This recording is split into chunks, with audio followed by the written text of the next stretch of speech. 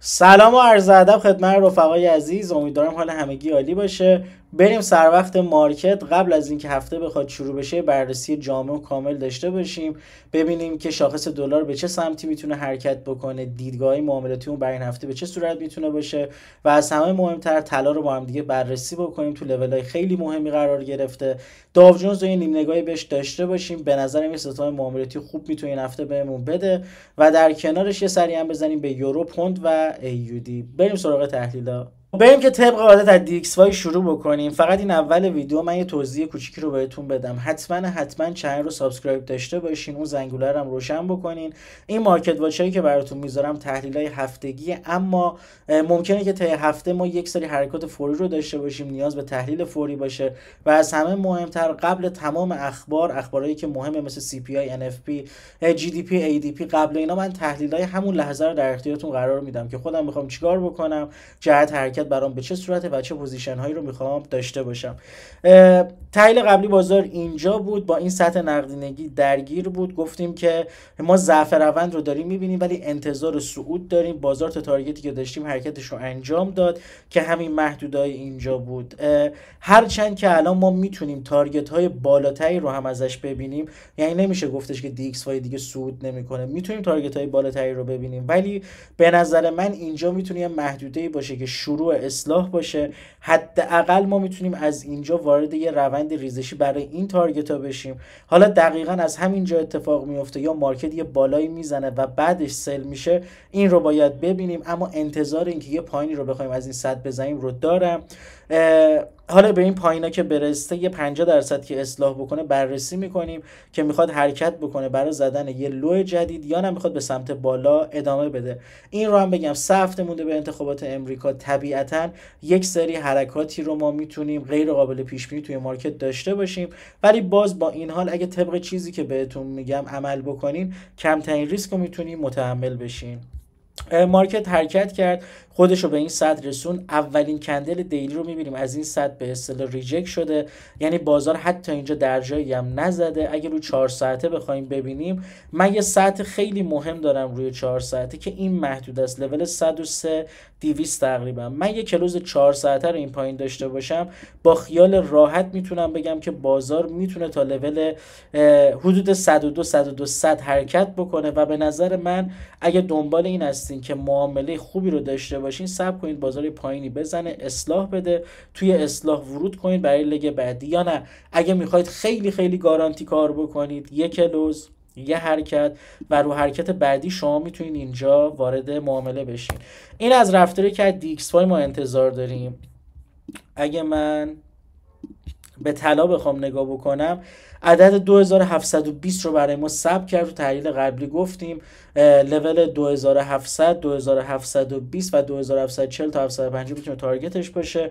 تارگت 2700 ما رو زد، 2720 رو هم برای ما زد. فعلا چیزی از نزول طلا نمیبینم، خیلی سعودیه و به نظر من اگه تو نواحی ارزون قیمتش اومد میتونیم مجدد برای بایش فکر بکنیم، ولی برای سل زدن خودم به هیچ عنوان سلر نیستم. یه چیزی باید ببینم و بعد نسبت به اون سل بزنم.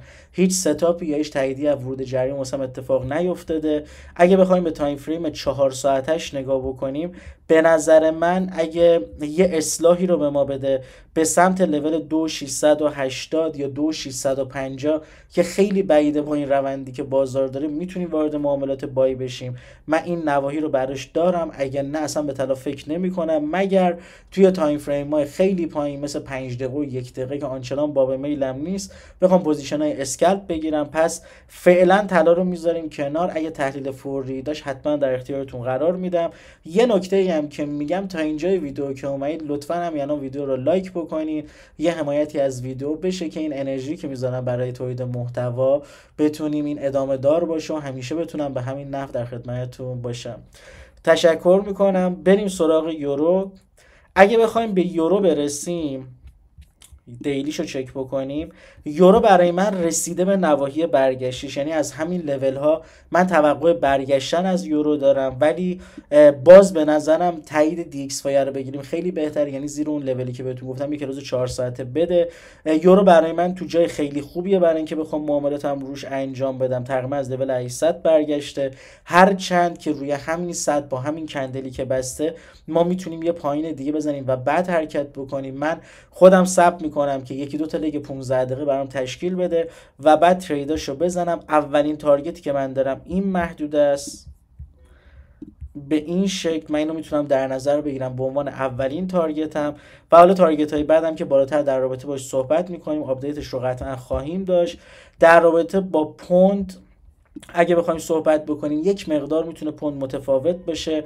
پوند زیر این محدوده یک کلوز دیلی رو داشته و حتما اگه من بخوام پوند رو به بایش فکر بکنم باید روی لول های یک مقدار بالاتری باشه، یعنی حداقل باید بیاد بالای محدوده 1.31 برای من یک کلوز 4 ساعته بده و بعد تو اصلاحش بخوام ورودم رو انجام بدم.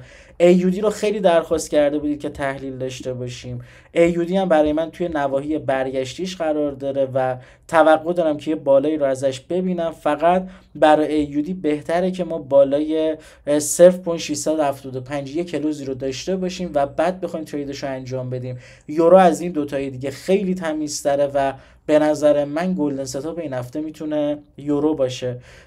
اگه بخوایم در رابطه با داو جونز صحبت بکنیم، داو جونز اصلاح درستی رو من نداد که بخوام نسبت به اون وارد معامله بشم، ولی از اونجایی که داره به سطح 43500 خودش رو نزدیک میکنه من میتونم انتظار یه اصلاحی رو داشته باشم و هول و هوش این نواحی بیام وارد پوزیشن بشم.